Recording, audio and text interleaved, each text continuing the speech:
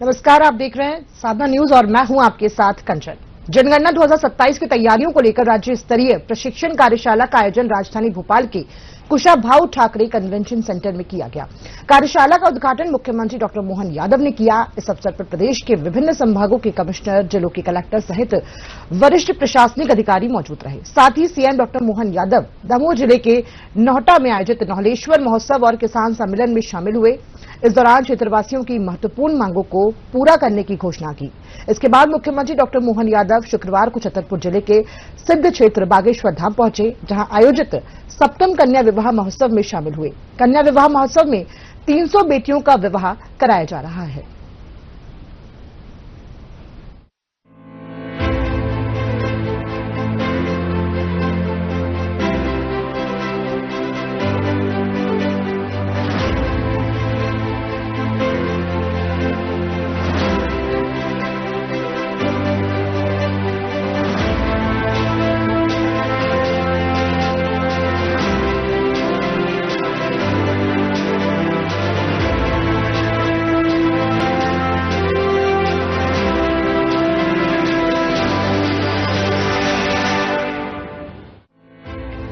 राजधानी भोपाल के कुशाभाऊ ठाकरे सभागार में आयोजित जनगणना कॉन्फ्रेंस में मुख्यमंत्री डॉक्टर मोहन यादव ने अधिकारियों को स्पष्ट संदेश दिया है।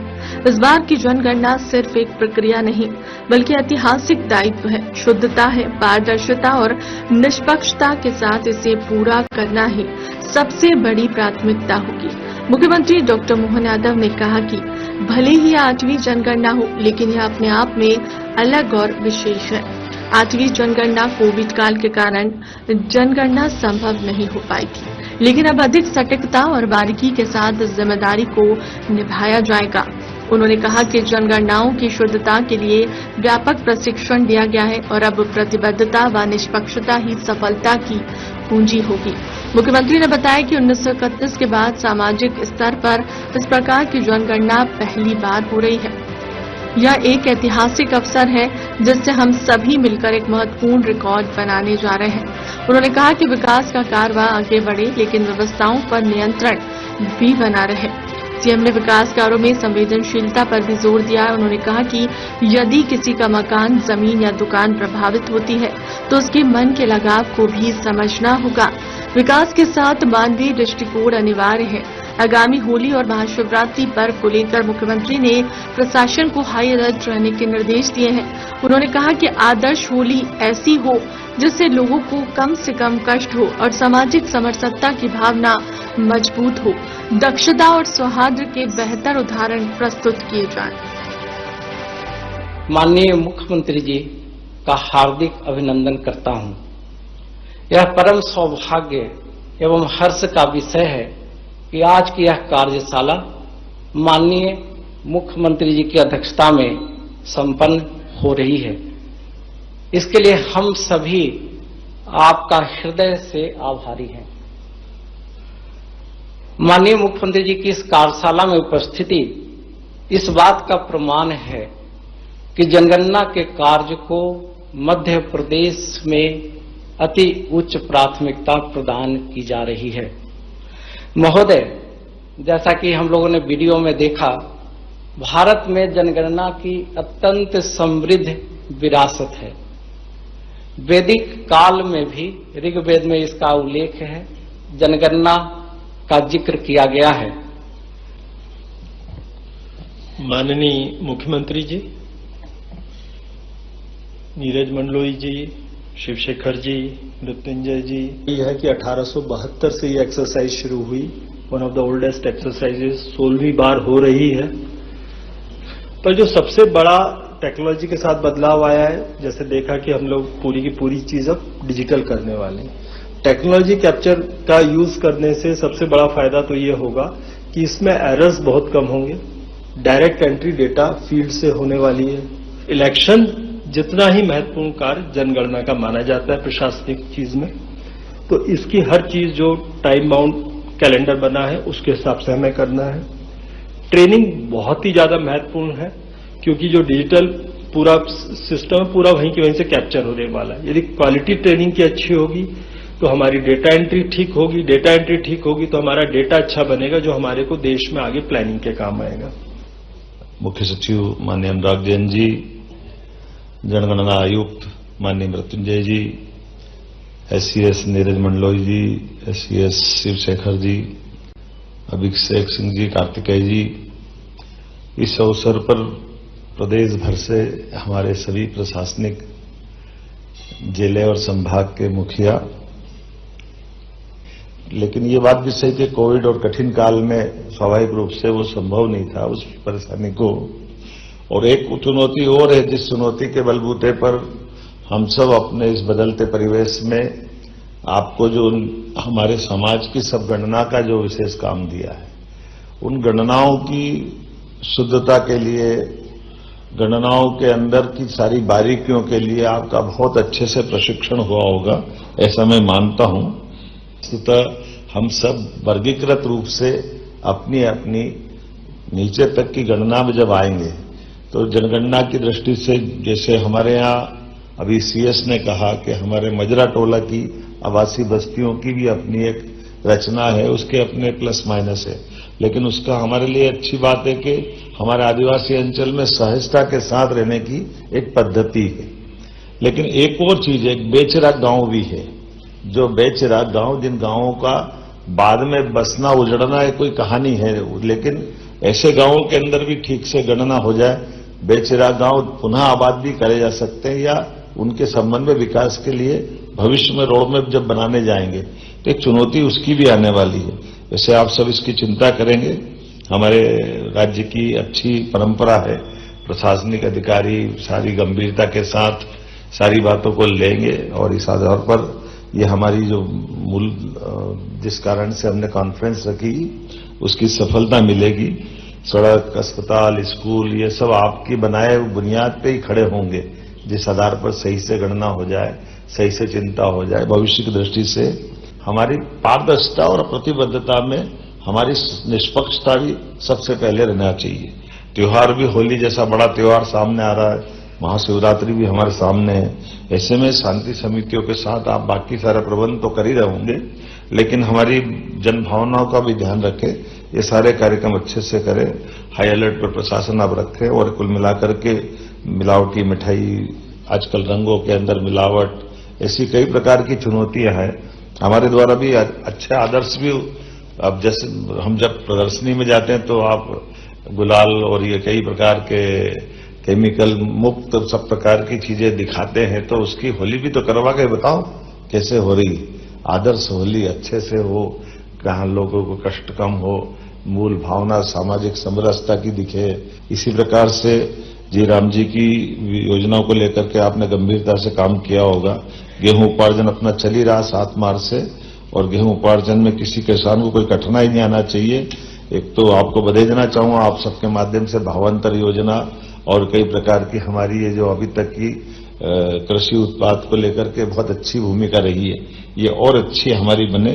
और भविष्य की दृष्टि से, क्योंकि ये सर हमने किसान कल्याण वर्ष के रूप में घोषित किया है, तो कृषक के वर्ग से जुड़ी हुई सारी प्रकार की हमारी उनके साथ इस वर्ष के मनाने के आनंद की कौन कौन सी चीजें हो सकती, उस तरह से देखें। जैसे ग्रीष्मकालीन फसलों का मामला अगर आता है तो ग्रीष्मकालीन फसलों में हम उड़द को बढ़ावा देने की बात कर रहे हैं, मूंगफली को बढ़ावा देने की बात कर रहे हैं। और एक बार फिर, चूंकि ये पूरा बड़ा अभियान है, उस बड़े अभियान में हमको दिन भर मनोयोग से बैठना भी है, उसका लाभ भी लेना है, और हमारे यहाँ विधानसभा के आने वाले सारे प्रश्नों के समय पे जवाब देकर के विधानसभा के सत्र को भी आप अच्छे से संचालित करवाएंगे।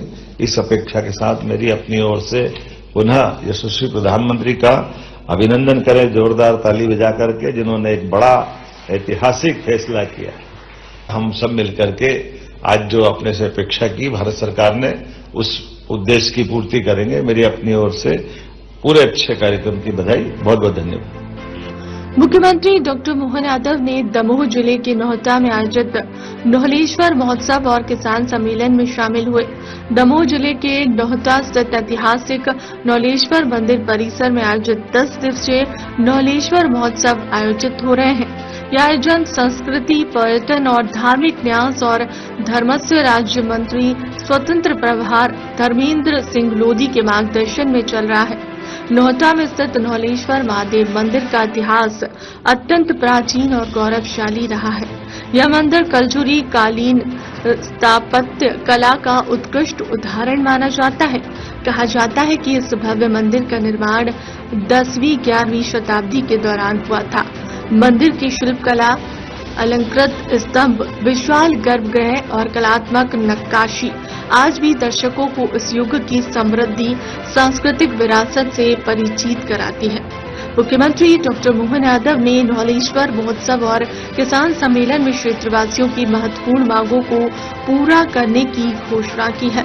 किसानों की आय बढ़ाने, उन्हें सशक्त और समृद्ध बनाने के लिए प्रदेश सरकार योजनाबद्ध तरीके से कर रही है कार्य। सीएम ने बुंदेलखंड क्षेत्र के समग्र विकास को सरकार की प्राथमिकता बताया। सीएम ने कहा कि पर्यटन, उद्योग और रोजगार को बढ़ावा देने के लिए नोरादेही अभ्यारण्य को चीतों के पुनर्वास के तीसरे केंद्र के रूप में विकसित किया जाएगा। सागर दमोह 4 लेन, मसवासी ग्रांट, औद्योगिक प्रोत्साहन पैकेज और तेंदुखेड़ा सिंचाई परियोजना जैसे निर्णयों से क्षेत्रीय विकास को मिलेगी नई गति। अपनी गरिमामय उपस्थिति दे रहे प्रदेश के यशस्वी मुख्यमंत्री डॉक्टर मोहन यादव जी, हमारे साथी मंत्री आदरणीय लखन पटेल जी, सभी का मैं इस मंच के माध्यम से बहुत बहुत स्वागत, वंदन और अभिनंदन करता हूं। और बड़ी संख्या में इस नौलेश्वर महोत्सव में पधारे सभी गणमान्य नागरिकगण, सभी किसान बंधुओं का मैं इस मंच के माध्यम से दोनों हाथ जोड़ के प्रणाम करता हूं, नमन करता हूं। साथियों, यशस्वी मुख्यमंत्री डॉक्टर मोहन यादव जी के नेतृत्व में मध्य प्रदेश निरंतर आगे बढ़ रहा है। निरंतर हम विकास के पथ पर आगे बढ़ रहे हैं। बोले नौलेश्वर महादेव की, महाकाल महाराज की। जब आपके बीच जयकारा गूंज रहा है तो लगभग 1100 साल पुराना यह नौलेश्वर महादेव का अद्भुत मंदिर और उस समय की पत्थरों के शिल्प से हमारे देवताओं को प्रकट करने के लिए जिस प्रकार से वो रचना बनी, जोरदार अभिनंदन अपने उस पुराने गौरवशाली अतीत के लिए करें। पूरा मंच और आप सब दोनों हाथ जोड़ के आप सबको प्रणाम करता हूं, आपका अभिनंदन करता हूं। महाशिवरात्रि की बेला है और ऊपर से इतना अच्छा लग रहा देख करके। ये नोहटा का पूरा क्षेत्र और नौलेश्वर पे ये मेले की शुरुआत, सच में हमारी संस्कृति बड़ी अद्भुत है। हर बार त्योहार, व्रत, उपास, इन परंपराओं से जीवन को नई गति मिलती, नई शक्ति मिलती। और मुझे और आनंद तब आया जब बाबा महाकाल की नगरी से मैं आता हूं तो मुझे एहसास है नौलेश्वर के मंदिर में क्या स्थापत्य का उत्कृष्ट उदाहरण है, क्या क्या उसमें रचनाएं बनाई गई। महारानी नोहला ने जब बनवाया होगा, कलचुरी साम्राज्य का वो अद्भुत काल 1100 साल पुराना है, जिसके लिए पूर्ववर्ती यहां के अंग्रेज शासकों ने भी मरम्मत करा करके उस रचना को जीवंत रखने का प्रयास किया। ऐसे में जब शिवरात्रि का पावन पर्व है और शिवरात्रि के पावन पर्व पर अन्नदाताओं का ये हमने किसान कल्याण वर्ष मनाने की घोषणा की है। हमारे राज्य में कृषि उत्पादन भी बढ़े और दूध उत्पादन भी बढ़े और कृषि और दूध के साथ किसानों की समृद्धि आए, उनके जीवन में आनंद आए। इसलिए हमारी सरकार सर्वोच्च प्राथमिकता से अगर काम कर रही है तो इसी क्षेत्र में कर रही है। मैं आपको बधाई देना चाहता हूं सभी मित्रों को। अपने बीच बुंदेलखंड की सौभाग्यशाली धरती पर किसानों के साथ अन्नदाता वर्ष भी मना रहे हैं और अन्नपूर्णा का भी ध्यान रख रहे हैं। किसान भाई बहनों के भरोसे से अन्नपूर्णे सदा पूर्णे परमात्मा की कृपा है। किसान खेत में अपने पसीना पसीना एक करके अपनी फसल को कितने अच्छे ढंग से खड़ा करता है और सुख दुख में अपने सबके बीच भगवान के पवित्र सूर्य नारायण के साथ भी आंख से आंख मिलाकर के शरीर के ऊपर ही पसीना सुखाता। तो सीमा पे जवान और खेत में किसान हमारे लिए दोनों बराबर है, दोनों का सम्मान और दोनों के साथ खड़े रहने का सरकार का संकल्प है। ऐसे समय में जब और बहुत सारी बात कर सकते हैं तो यहां पर अब पर्यटन के साथ साथ इंडस्ट्रियां भी लग रही है, सीमेंट फैक्ट्री। जब मैं आपसे बात कर रहा हूं तो जैविक खेती के लिए भी यहां के पशुपालन मंत्री अपने स्वयं के प्रयास से यहां जैविक हाट भी लगा रहे हैं। जैविक हाट, अरे अपने बीच में आज का जमाना इसी बात का है। जैविक उत्पाद को बढ़ावा देने के लिए हमारी सरकार लगातार काम कर रही है। अभी तक 69 हाट यहां लग चुके हैं, 28 लाख से ज्यादा की बिक्री आपके यहां हुई है। और खास करके यहां इस क्षेत्र में किसानों को खाद वितरण के लिए भी ई टोकन की व्यवस्था हुई। जोरदार अभिनंदन जिला प्रशासन के लिए भी करें। जब मैं आपसे बात कर रहा हूं तो एक और नया काम मुझे दिया है, 33 गांवों को मिलाकर के व्यारमा नदी से पानी लिफ्ट कर बांदकपुर सेमरखो 600 करोड़ की ये नई योजना मांगी। कहां के लिए है? अच्छा, जैन भैया के लिए देना चाहिए क्या? तो मैं देने की घोषणा करता हूं, जोरदार अभिनंदन करें। जेल विभाग के माध्यम से आपने 70 करोड़ की एक और योजना मांगी है, जिसके लिए रिडेंटिफिकेशन के माध्यम से इस योजना को भी किया जा सकता है। जोरदार ताली बजाओ हमारे लिए इस भाव के आधार पर। साथ ही साथ तेंदुखेड़ा यहां खेल स्टेडियम बनाने की बात कही है, जिसमें आपने कहा उन्नयन मरम्मत सब होना चाहिए, बच्चे खेले कूदे आगे बढ़े, तो बनाने की घोषणा करता हूं। जोरदार अभिनंदन करें, वास्तव में अच्छी चीज है। सभी प्रकार की पर्यटन गतिविधि बढ़ाने के लिए हमारी सरकार लगातार संकल्पबद्ध है।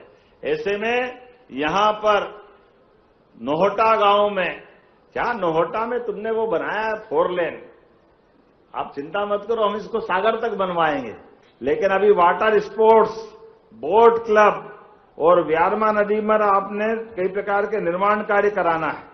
तो ये कराना है क्या? जोर से बताना अपनी तरफ से। तो मैं बनाने की घोषणा करता हूं 10 करोड़ रुपए के माध्यम से। जोरदार अभिनंदन करें। तो मेरे साथ आप सब दोनों हाथ ऊपर करो, जोरदार तरीके से बोले, भारत माता की, नोहलेश्वर महादेव की। बहुत बहुत धन्यवाद। प्रसिद्ध तीर्थ स्थल बागेश्वर धाम में आयोजित होने वाले विशाल कन्या विवाह महोत्सव में शामिल होने के लिए मुख्यमंत्री डॉक्टर मोहन यादव बागेश्वर धाम पहुंचे, जहां आयोजित 7वें कन्या विवाह महोत्सव में शामिल हुए। कन्या विवाह महोत्सव में 301 बेटियों का विवाह कराया जा रहा है। सीएम डॉक्टर मोहन यादव बेटियों के हल्दी मंडप कार्यक्रम में शामिल हुए और नव युगलों को आशीर्वाद प्रदान किया। इस दौरान मुख्यमंत्री डॉक्टर मोहन यादव ने धाम में नवनिर्मित वैदिक गुरुकुलम का भी शुभारंभ किया, जिसे सनातन शिक्षा की दिशा में एक बड़ा कदम माना जा रहा है।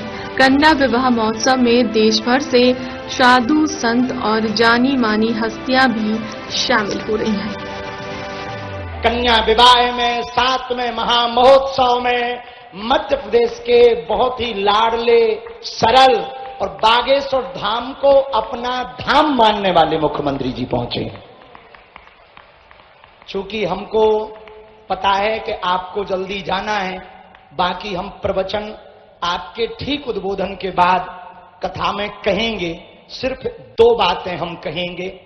हमारे लिए गौरव है कि हमारे मध्य प्रदेश में डॉक्टर मोहन यादव एक ऐसे मुख्यमंत्री हैं जो कृष्ण कन्हैया के वंशज तो है ही हैं, पर गाय की भी चर्चा करते हैं, गौ मंदिर बनाने का भी काम करते हैं और मंदिरों के लोकन्यास बनाने का भी कार्य करते हैं। और जिनके नाम में मोहन है, और जब बद्रीनाथ वाले महाराज जी के ठाकुर जी को प्रणाम करने गए तो हमने पीछे से हंस के कहा, मोहन से मोहन मिल रहे हैं। और जिनका हंसमुख चेहरा, जिनकी सरलता, हम एक वचन आज चाहेंगे, हमारी कुछ मांग नहीं है। जब जब कन्या विवाह हो, हमारा निमंत्रण भले ही चूक जाए, पर मुख्यमंत्री जी आना ना चूकें। यही कौन कौन बागेश्वर धाम का ऐसा चाहता है? कौन कौन पागल चाहता है? जरा ताली बजा के सीताराम बोल के तो बोलो। अरे जोर से बोलो पागलो। हरे हरे। हमारी सुविधा है क्योंकि आपको पूरा प्रदेश देखना है।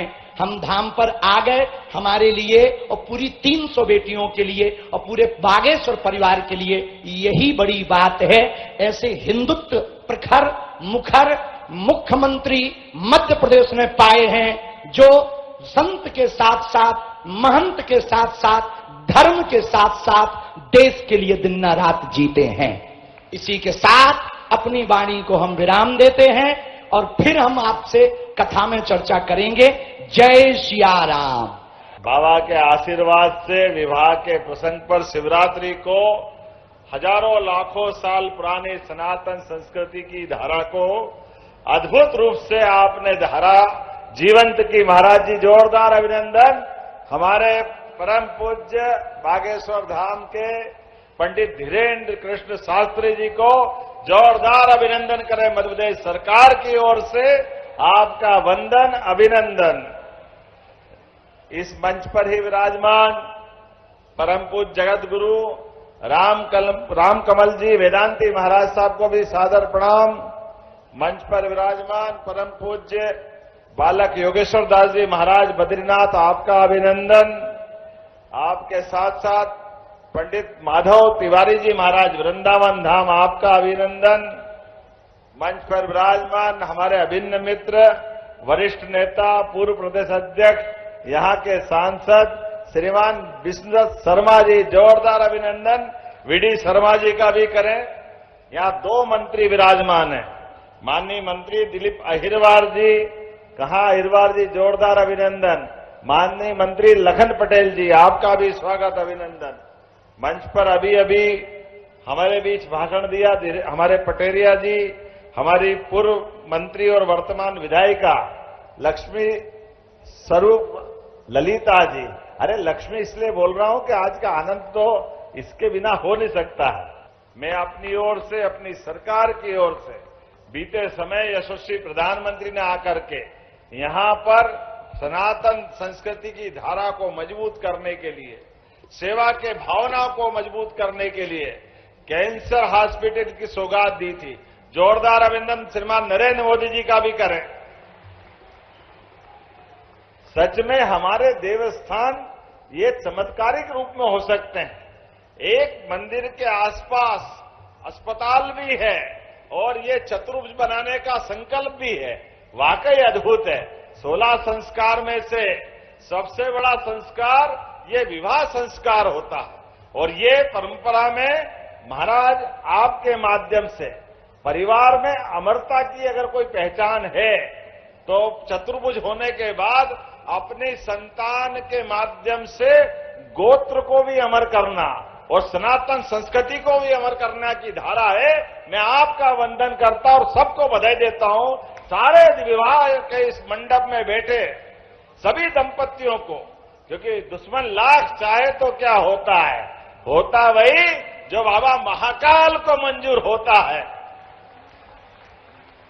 सदियों रहा है दुश्मन सारे जहां हमारा। इस संस्कृति को मिटाने के लिए कौन कौन कब कब कैसे कैसे कहां कहां यत्न प्रयत्न करते रहे, लेकिन मुझे प्रसन्नता है इस बात की 1000 साल पहले हमारे सोमनाथ मंदिर पर भी खराब दृष्टि डाली थी, लेकिन देश की आजादी के साथ वो देवधाम भी 75 साल से उन्नत आसमान से बात करते हुए सनातन संस्कृति की धारा को प्रवाहित करते हुए आज सोमनाथ का मंदिर वहां अपनी संस्कृति गाथा सुना रहा है और अयोध्या में भगवान राम मुस्कुरा रहे हैं। बोलो जय जय श्री राम। और जब राम जी मुस्कुरा रहे हैं तो बागेश्वर धाम में कैसे कोई पीछे रह सकता है। सच में धीरेन्द्र शास्त्री जी महाराज जब बोलते हैं तो ऐसा लगता है कि दुश्मन की छाती डोलती है, सनातन संस्कृति का आनंद आ जाता है। इतने प्रकार से संतों के माध्यम से संस्कृति पे गर्व करने का मौका महाराज जी, आपके इन संकल्पों के साथ मध्य प्रदेश सरकार सदैव कदम से कदम मिला के खड़ी है। आपके प्रकल्प पे आज हमको गर्व है। आज यहां इस स्थान पर आकर के पूरा मंच धन्य है। और जितने बेटे बेटी है, महाराज जी थोड़ा आपका मन और बड़ा सरकार के साथ आपको खड़ा रखते हैं। आप अगली बार 3,000 करो, प्रत्येक बेटी के लिए 51,000 सरकार के माध्यम से दिलवाएंगे, उनका सबका विवाह सरकार के माध्यम से कराएंगे। और शिवरात्रि को तो आपने धन्य किया है। अब जहां जहां ऐसी बेटियां वास्तव में द्रवित करने वाला चेहरा है, लेकिन केवल शिवरात्रि नहीं, आप उचित समझेंगे 3 मुहूर्त हमारे हैं जहां हम बगैर मुहूर्त के विवाह कर सकते हैं। देवोत्थान एकादशी, बसंत पंचमी और फिर आने वाली अखा तीज, अक्षय तृतीया, तीनों तारीख पक्की कर लें। आप हर बार विवाह मंडप में जोड़े लाएं, पूरे पैसे सरकार देगी, सरकार के माध्यम से सबका विवाह कराने का काम हमारी सरकार के माध्यम से होगा। जब अच्छे काम हो तो सुबह शीघ्रम, काहे की देरी है। मेरी अपनी ओर से आज के इस अवसर पर सच में बेटे बेटियों आप भाग्यशाली हो। हमारे लिए विवाह का ये शुभ अवसर, मुझे इस बात की प्रसन्नता है, ये सामूहिक विवाह के माध्यम से हम अनावश्यक खर्चों पे भी कंट्रोल करते हैं। समाज के अंदर अच्छे बुरे कई प्रकार के दिन सबके बीच में आते हैं, लेकिन अच्छा व्यक्ति भी समाज के इन अच्छी बातों को अपनाना चाहिए। मुझे खुशी है इस बात की, मुख्यमंत्री होने के बाद भी हमने भी सामूहिक विवाह में अपने बेटे का विवाह कराया और महाराज जी ने आशीर्वाद दिया। जोरदार अभिनंदन करें। ये सामूहिक विवाह की विशेषता। अनावश्यक खर्चे क्यों करना चाहिए? जिनके परिवार में कष्ट है वो तो ठीक है, लेकिन जो सक्षम है उनको भी बचना चाहिए। अनावश्यक बुराइयों से बचने की आवश्यकता है। हमारे सामूहिक विवाह से कई प्रकार के संदेश निकलते हैं। हमारे अपने बच्चों को पढ़ाने लिखाने के लिए, कई प्रकार के अवसर दिलाने के लिए सच में पैसा लगाओ तो वहां लगाओ जहां हमारे भविष्य में युवा पीढ़ी को कोई नया अच्छा उसके लायक कोई काम मिले, उसके जीवन में शिक्षा दीक्षा कई प्रकार की प्रतिष्ठा के कई प्रकार के संकल्प पूरे हो सकते हैं। लेकिन मौत मैयत और शादी ब्याह में अनावश्यक दिखावा नहीं होना चाहिए। मैं महाराज जी को बधाई देना चाहता हूं। सच में ये यज्ञ समान है। ऐसी आहुतियां दे रहे हैं, 8 साल हो गए। कितने सारे बेटे बेटियों के आप पिता की भूमिका निभा रहे हैं। सच में हमने आज इस आयोजन के साथ सब साक्षी बनकर के संकल्प करें, अनावश्यक कोई खर्चा नहीं करेंगे, सामूहिक विवाह को प्रोत्साहन देंगे, मौत मैयत की व्यवस्थाओं में भी जहां तक हो सके अनावश्यक दिखावा नहीं करेंगे। समाज के अंदर ऐसे अच्छे कामों के साथ सदैव सब खड़े रहेंगे। मैं मध्य प्रदेश सरकार की ओर से महाराज जी आपका पुनः वंदन करता हूं, अभिनंदन करता हूं। जो बच्चे बच्ची जिनका विवाह यहां हुआ है उनको कोई रोजगार चाहिए, कोई काम धंधा करना हो और वो हमारे राज्य के साथ जुड़ना चाहते हैं, सरकार वो मदद करने के लिए भी इनके साथ तैयार रहने वाली है। इनकी सारी जवाबदारी सरकार के माध्यम से लेंगे। आज के इस अवसर पर मैं पुनः महाशिवरात्रि के पावन पर्व की आपको अग्रिम बधाई देता हूं और उम्मीद करता हूं अच्छाई का ये यज्ञ सदैव अपनी यज्ञ की ज्वालाओं के माध्यम से सुगंध और स्मरण कराता रहेगा कि ऐसे अच्छे काम करने वाले लोग लगातार इससे जुड़ते रहें। मेरी अपनी ओर से पुनः बधाई, बहुत बहुत धन्यवाद। बोले बागेश्वर सरकार की, सन्यासी बाबा की।